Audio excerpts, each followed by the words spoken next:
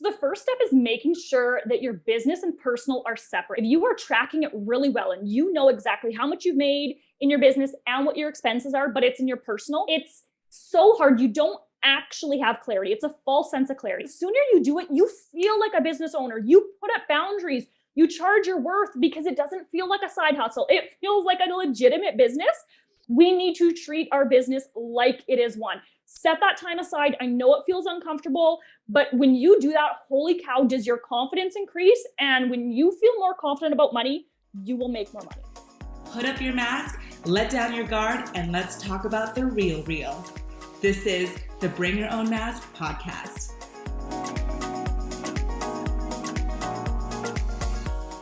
Hey everyone, welcome back to the BYOM podcast. I am so excited for our guest today. She is Mandyy Thomas. She's the CEO of Intentionally Wealthy Coaching. And by the age of 26, Mandyy already saved and invested over $250,000. She has helped so many service-based entrepreneurs set up a strong financial foundation and to know specifically what to do with their money that is coming into their business and how to really save for taxes, pay their business expenses, and really pay themselves personally and continue to grow their business to greater profits. Mandyy, welcome to the show. Thank you so much for having me. Yay! Oh my goodness. So it's really funny because the other day I was thinking to myself that when it comes to money, so many of us, especially nowadays with like law of attraction and manifestation, we get so wrapped up into maybe like thinking like we can manifest money in such a fast way, but sometimes we don't have the foundations in terms of really understanding how money comes into our lives. So I don't know if you have met your clients or people that are like that, but what are your thoughts around where money is headed right now or how people are treating money moving forward? Yeah, so let's talk about it in regards to what you just mentioned about manifestation and law of attraction, because I love the principles of it, but I really feel like it needs to be expanded upon further and tied into like tangible. So what I see is I will work with a lot of people who are very spiritual and they've done a lot on the mindset side. So they are really working on increasing the flow coming in. And so they've done a lot of work there and that feels really good. But then behind the scenes, once we dive in, then that's when I start to really hear the real things that they're actually thinking, where they really only kind of want to focus on that aspect, but they also feel really irresponsible with money. And so that right there makes it so for them to attract more, it's a lot harder because they just have this deep-seated fear of like, I'm not responsible. I don't know what to do with it. And so that's where when we can tie intangible stuff, then it makes it so they start to feel responsible. They start to feel more confident. Then not only can they keep attracting more and attract at a higher level, but now they can actually build real wealth. I've been a financial coach for over 5 years now. And what I've started to see is when you really focus on that law of attraction and increasing what's coming in, it's almost comparable to like a little bit of a get rich quick scheme from the mindset side, where you only focus on that, but you're not focusing on any of the money leaks, plugging those, learning how to have your money actually make you money by being really smart with it, by putting money into investments. But you need to manage it well in order to be able to do that. So that's one of the biggest things I see is when you work on, yes, your relationship to money, but also your relationship on the tangible side. I think that's really important to use that wording, because that's where I'll have clients that are like, I'm making all this money and I'm talking on Instagram how I'm making all this money, but I'm not paying myself personally. I'm, behind a year and a half on taxes. I haven't put anything to my retirement whatsoever. And they might even be a money mindset coach actually. And they'll kind of feel a little bit like a fraud at that point. Yeah. And then there's a whole bunch of blocks there. So when we can work on that and tie it in, so I love the law of attraction. It's really amazing for the flow, but we also need to marry that with a strategy. And then the other thing is there's other deeper wounds that a lot of times will really focus on all the things that feel good about money and really increasing those rituals. And that's amazing, but we also have to take a step back to see what are those things that are going to come up that cause us to sabotage. It's equally as important to see where could we sabotage. Usually it's one person, you're the one person in the family who's really working on your relationship with money and increasing and it feels good. Maybe you're an entrepreneur now, but also maybe there's nobody else in your family that's done this work. And there's something that I refer to as your family money paradigm. And if you are out earning them, there's a lot of things that will cause you to feel like you're not loyal to your family anymore and that you're out of your family roots. And especially now when we're living in a time of a lot less certainty, that is really important for us to understand that connection of how patterns from childhood, how our parents managed their money, how they thought about it, that will really affect things going forward. So just to kind of wrap that up a little bit, yes, keep working on law of attraction. I love it, but make sure you're doing a lot of the tangible things to feel good with your money so you can make more, but you can keep more. That is the most important thing. That's what I've really found for abundance, is actually having money in the bank, not just money flowing to you and then flowing right back out at that same consistency, but being able to keep more of it, have more of a capacity. And that means tangible, and also diving into the things that will sabotage you, which is a lot of stuff from childhood. I love that. I love that so much because it's so true, right? One of the things that when I started like becoming a business coach and I was coaching clients is that I've noticed that, yes, in the very beginning, it's always the mindset that stops us from getting what it is that we want, right? But then after a while, once you work on your mindset, that's when strategy needs to come in. And when you don't have the right strategies in place, that's when you start to see leakages, right? Like you start to lose money, or maybe you can't keep up with it. And I'm sure you've heard of the financial thermostat and what that means, and we can definitely talk about it on today's episode, but it's so, so true. So I'm so excited to talk more strategy with you when it comes to money. Now, everyone that's listening on this podcast knows that we always put on our mask when we talk about these tangible things. So why don't we put up our mask, drop down our guard, and let's talk about the real Mandyy. Absolutely. So I noticed that you were using doTERRA, the mask. Do you like that? I do. It's a charcoal one, and I love charcoal. I'm a huge health person, so charcoal and bentonite clay, and I like this one. This is one I've been using for a while. Oh, nice. I love that. Okay, cool. So Mandyy, I have to ask, how did you get into being a financial coach? So it was completely by accident. So I used to be a power engineer and I really, really loved it. And then in my mid 20s, I ended up getting super sick. I was on a personal development journey then, but that was really the biggest thing that sparked change for me, because I really thought that things weren't getting better. I was very, very sick. And so really, I was a very left-sided minded type of person, very strategy orientated, and wasn't really that spiritual or holistic. And that completely changed 100%. And so it was going down that journey that I realized that the reason that I actually got so sick was, even though I'd saved that much money and I'd invested that much, I hadn't addressed any of the scarcity from childhood about money. There was so much fear and anxiety. And I realized that that was eating away at me. And even though I didn't have any debt and I was managing my money well, I felt so much fear of losing it all. I came out into the workforce in the recession of 2008. So there was just so much fear there, but I felt like I couldn't open up to anyone. I felt a lot of shame because I was doing really well. I was making good money. I was managing it well. And it felt like I was only allowed to have kind of anxiety around money when we didn't have a lot. And so I just didn't tell anyone, and it made me so sick. And it was through my journey of processing those emotions, going deep into that scarcity and really working through it, that I realized, holy cow, if I got this sick when I did this well financially, what about everyone who doesn't know how to manage their money? So that's where I went.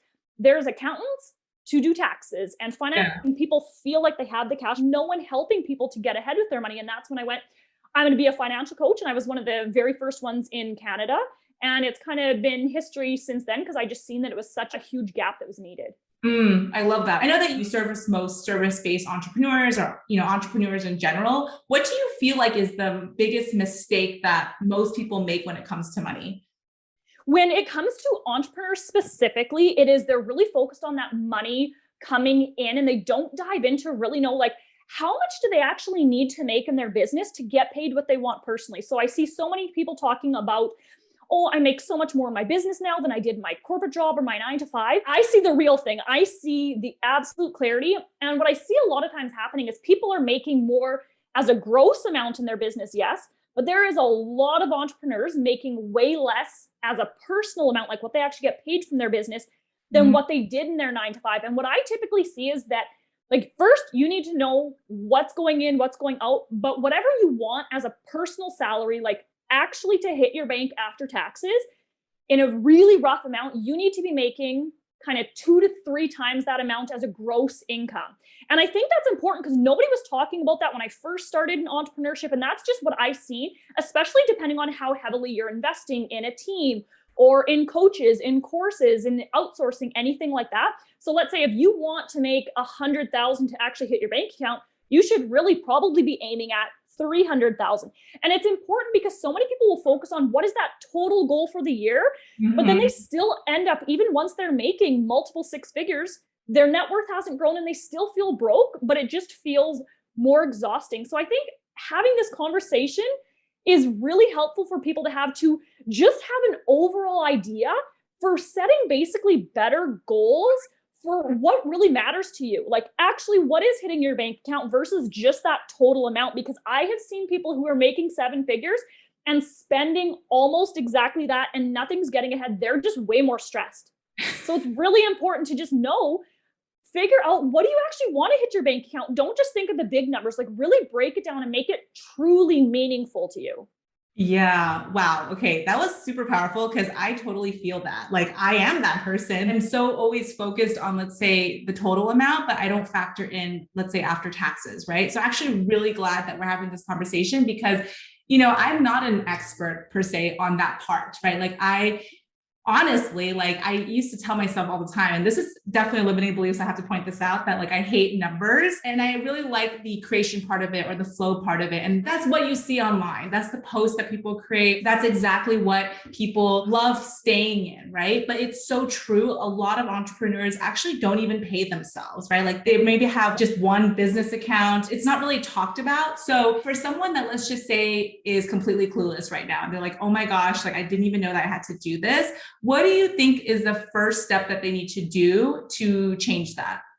So the first step is making sure that your business and personal are separate. And that can feel really scary to people. And I'll tell you why. I think everyone needs to know the why behind so then they actually do it. You are tracking it really well and you know exactly how much you've made in your business and what your expenses are, but it's in your personal. It's so hard. You don't actually have clarity. It's a false sense of clarity because there's a huge difference between bookkeeping, which is what is used for tax purposes. That's really important. But the other huge part is we need to be managing cash flow. And if you're just doing like writing down income and expenses, you're only doing the bookkeeping taxes part, but you are not doing the actual cash flow part. And what I mean by that is when I say cash flow, that's taking into account. So in your business bank account, you've got your income coming in there. We need to pay your business expenses. We need to pay you personally. I like entrepreneurs to be paid twice a month. You manage your money really well that way. And it feels abundant when you feel like you're actually getting a paycheck for all of your hard work. And then also taking into account taxes, setting that money aside on an actual monthly basis, but then also still having a buffer in your business account. You cannot do that at all if you have it both in one. The other thing is some banks, if you have business going into a personal account, if they find out, they can shut it down and freeze your account. I've absolutely seen it happen. Wow. So that's another really important reason. The other thing is the sooner you do it, you feel like a business owner. You put up boundaries. You charge your worth because it doesn't feel like a side hustle. It feels like a legitimate business. We need to treat our business like it is one. Set that time aside. I know it feels uncomfortable, but when you do that, holy cow, does your confidence increase? And when you feel more confident about money, you will make more money. Yes, I absolutely agree. It's not talked about enough. I mean, it's not sexy to talk about, right? Like, it's not it's not the most sexiest thing to talk about, but it is very empowering. Sometimes even the smallest thing as just creating two separate accounts can be super empowering to entrepreneurs. Now, how much should entrepreneurs be paying themselves, when money is coming in? I wish that I could have like a really nice formula. I could say this is going to depend so much on every single person. What I would say first is figure out, what do you exactly need to live? Every single one of my clients is different. I have a freebie that you can download that we can include in the show links that if you want, that will get you clear on your personal expenses. Now, a lot of people think that they know this number, and honestly, they do not. They do not know it at all. So if you download it, we need to figure out your personal salary using three different numbers. One is your fixed expenses. That's the easy part, okay? So that one, you can figure that out. The other part is your day-to-day expenses. So that's groceries, gas, household, eating out. That is another section. And then the last section that most people forget about is like your non-recurring and random expenses. These are the ones that if you follow me on Instagram, I'm at Intentionally Wealthy Co. I talk all day long about it. I call them your savings buckets. A lot of other people will call them your sinking funds. So things like travel, Christmas, clothes, annual fees and expenses, vehicle repair fund, house fund. All of these types of things, you need to be including that in your salary on a monthly basis. And when you can know these numbers, at first it can feel scary because it might feel big, and that's okay. So what I do with entrepreneurs is I help them to figure out basically what's like the bare minimum that they would need to get paid on a monthly basis for everything to happen. And then Yeah. what I do is pretty much like a tiered system from there. Okay, so now let's say we're paying all your savings buckets. Now let's say we're paying more to debt or whatever those other priorities are, and having a tiered system that they can use. So depending on whatever season of business they're in, if it's a lot tighter, maybe we're on that first tier of what they're paying themselves. And now let's say they're getting more of a business buffer so then they can kind of go through the ebbs and flows, and now maybe we're paying them kind of that second tier amount. So it's really important just to start to figure out what is that kind of minimum baseline that you want to work towards, but making sure you're taking into account those savings buckets. I also just want to say I have a podcast episode all about savings buckets. It's the episode number 3 on my podcast, which is called Intentionally Wealthy. I do recommend everyone to listen to that because I find, and I'm just going to go on a short tangent here, savings buckets is a keystone habit. This is what I've learned after coaching 225 clients one-on-one and really seeing what actually happens when you are putting into these savings buckets on a monthly basis. Everything completely changes for you when you're doing this, because now you're getting consistency with your finances, with which entrepreneurs especially, they feel like there's no consistency. So let's get consistency on the personal side. And instead of having these big expenses that come off that completely derail you, because now you're like, well, I can't put anything extra this month because I needed new tires or whatever that is, or Christmas came up, or you're traveling. You pay into these savings buckets. So now you're cash flowing those expenses, but your expenses aren't actually increasing that month because you're taking it out of these savings buckets. And that consistency makes you feel more safe and more secure. You will earn more money. Everything in your life changes. It is one of the biggest habits that I could talk all day about, but I will end my little tangent there.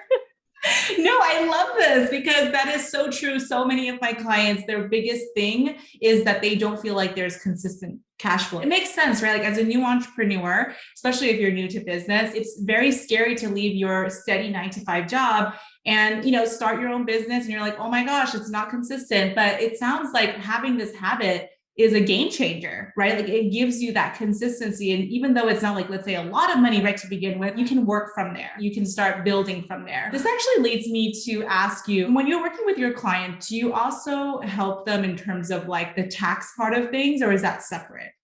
No, that's included. That is a really big portion because so many entrepreneurs, the fear of taxes is so real. And what we need to do is we need to make it seem less scary, because what happens is if you want to have a profitable business, you are going to pay more money in taxes. Okay. So you need to feel comfortable paying money in taxes, because what I see happening energetically is that taxes feel so scary that people don't realize what they're doing, but they're having such little profitability in their business. So they pay such little in taxes that it feels safer. When we can feel more comfortable building a more profitable business, paying more in taxes, and like it's okay, everything's covered, you will get paid more personally. Your personal investments will grow more. Your business will grow faster. Everything just comes together. So we'll work on the energetic perspective of taxes, but also, okay, so this is exactly how much you made this month. This was exactly your expenses. We're going to do a transfer on, for example, like the 1st or the 2nd of the next month, based on the previous month, into your separate tax savings account. So we'd make sure you open that up first, and then it makes such a huge difference. What I have all my clients work with an accountant for sure, but the accountant is really only going to help them with filing the taxes and some tax strategy. I really like that. But they do not help you to actually set that money aside, which is the hardest part. That is way harder than figuring out how much you owe. Accountant can figure that out for you really easily. You know that number now. But when it comes to actually taking that money and setting it aside and not spending it, that's the hard part. So absolutely, I help clients with that, to see that from a monthly basis, like really breaking down you getting paid, taxes being taken care of, all of that. Because when you feel better about taxes, you'll make more money. And then also talking about how can we reduce your taxes, not just in spending more money on your business and business expenses and lowering profitability, but now putting more into tax advantaged investments.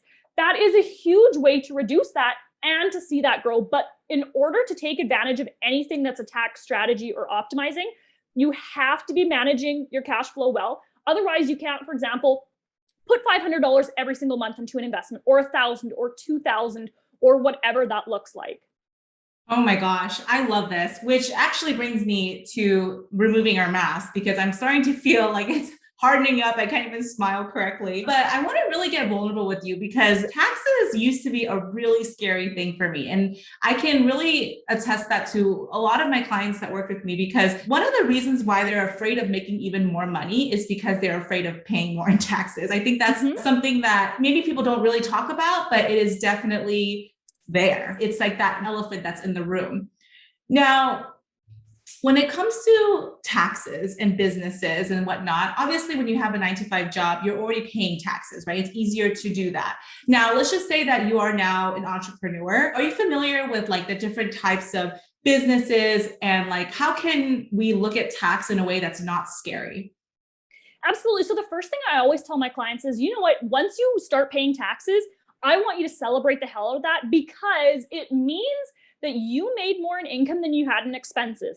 That's something to celebrate, because depending on everyone's journey, there will be times where maybe you're investing heavily in your business. I didn't start it as a side hustle. I came out of school because I went back to school after being a power engineer. I went back to school for actually holistic nutrition. And that's when I realized that I wanted to help people with their money, because that was their biggest stress. And I was going full in on my business. So I did not have literally a dime of income coming in when I built my business. So I can tell you, in that first year, I did not owe anything in taxes because it wasn't profitable, because I invested so heavily into my business. And so I can tell you, when you start to owe taxes, I want you to celebrate that, because it means that you actually turned a profit. So that's a huge thing. The other thing that is I will talk to clients about is I will prepare them for, okay, how can we actually have it so you're paying less in taxes? We can talk about increasing their profitability. And once they get to a certain point, we'll say, you know what, maybe we'll have you switch. You'll stay in LLC, for example, but we'll have you talk to your accountant. And a big thing I help clients with is your accountants can really help you, but they're so busy that they're actually not, for the most part, very good with educating you or helping you for what's coming up in the pipeline. So that's what I help my clients to do, is to know what to talk to your accountant about, kind of when, and what good questions to ask. That's one of the biggest pieces, is needing to know what to ask your accountant.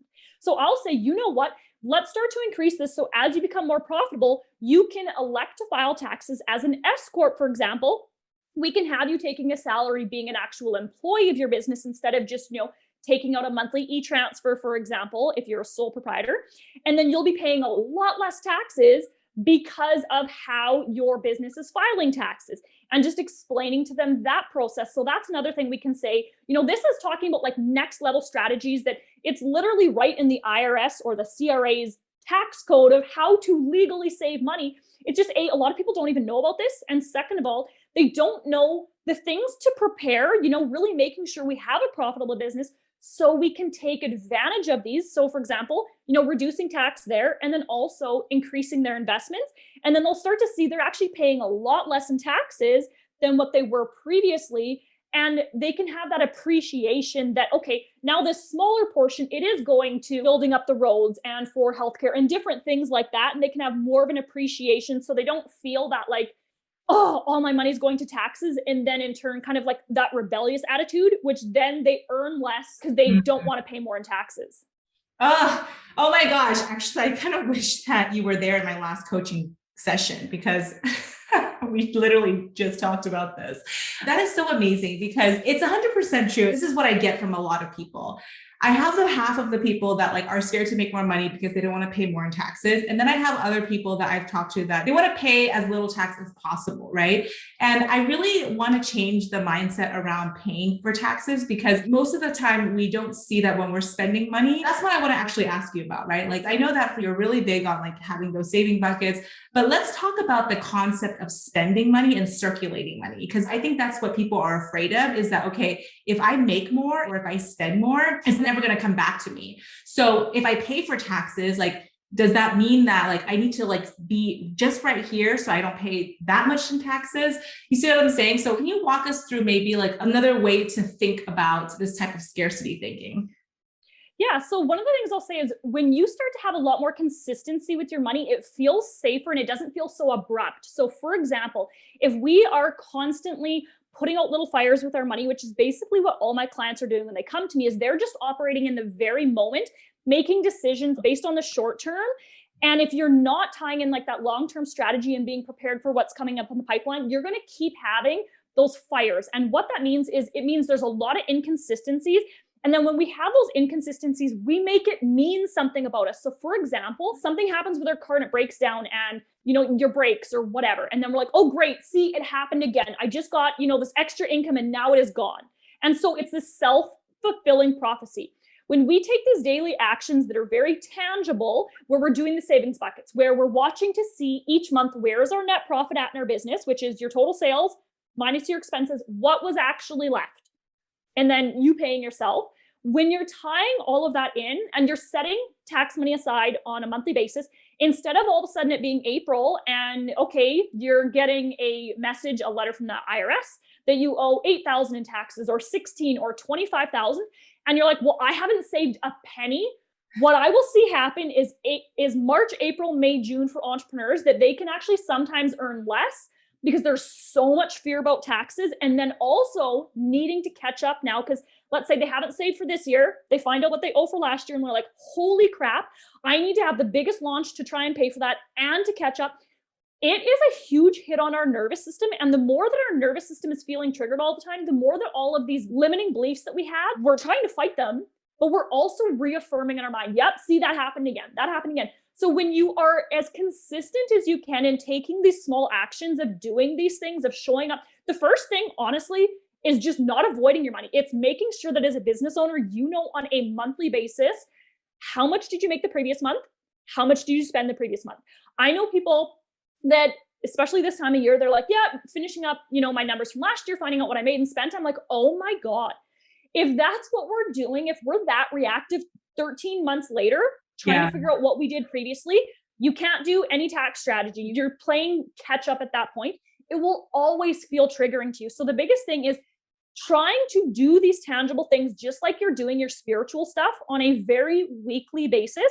The more consistency you'll have with money, all of a sudden, if you're setting aside $1,000, $2,000 on a monthly basis for taxes, I will tell you how different that feels than you trying to pay 25 grand at once for taxes. Yeah. To come out of your bank in one day. So when you do these things, it doesn't feel as scary, but you need to dive into the numbers. The first thing is not avoiding. And one of the things that I'll tell my clients is that it still can feel so uncomfortable. Like, I'm not going to say that it doesn't. So what I tell my clients is let's process the uncomfortability so you do show up more on your personal and on your business. And one of the biggest things I've found to be effective isn't just let's do some money affirmations, money flows to me. Because in the moment, it doesn't feel real. It's not specific to the struggle you have. So what I tell my clients is I love them to do tapping. So I'll take them through tapping and I'll have them say all of the negative things first. Like, yes, this is scary. I don't want to show up. Like, I'm confused about taxes. I'm scared how much I owe. I feel behind. I don't want to look at how much my business has made, whatever that is. Get all of those things out, tap on it. And it actually helps you to feel calmer, and then say how you want to feel. I want to feel like I understand taxes. Like, I know what's going on. I want to feel really good when I open my account. I want to feel like I've got this taken care of, like I'm caught up. And that makes a huge difference, because I'll tell them, do that before you open your spreadsheet, before you open any of your online accounts. And it helps you to feel calm enough to make good decisions and to show up regularly with your money. Because in the beginning, it is the most uncomfortable.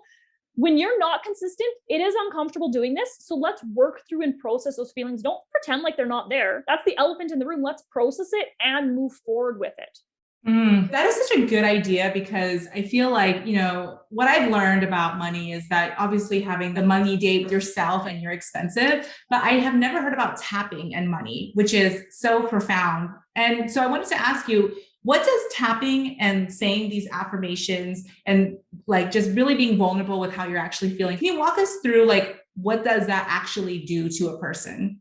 Yes. So one of the biggest things is we as entrepreneurs, we feel very alone in this aspect. We're in masterminds, we're in group programs, but people may be talking about their gross income that they're making. No one's talking about what their expenses are, what their personal expenses are. So we feel very alone in this huge aspect of finances. So when you tap on it and say how you're really feeling, this is very, very, especially for women, because I coach men and women, I do see overall differences there. And so for women, a lot of times you don't feel heard, you don't feel understood.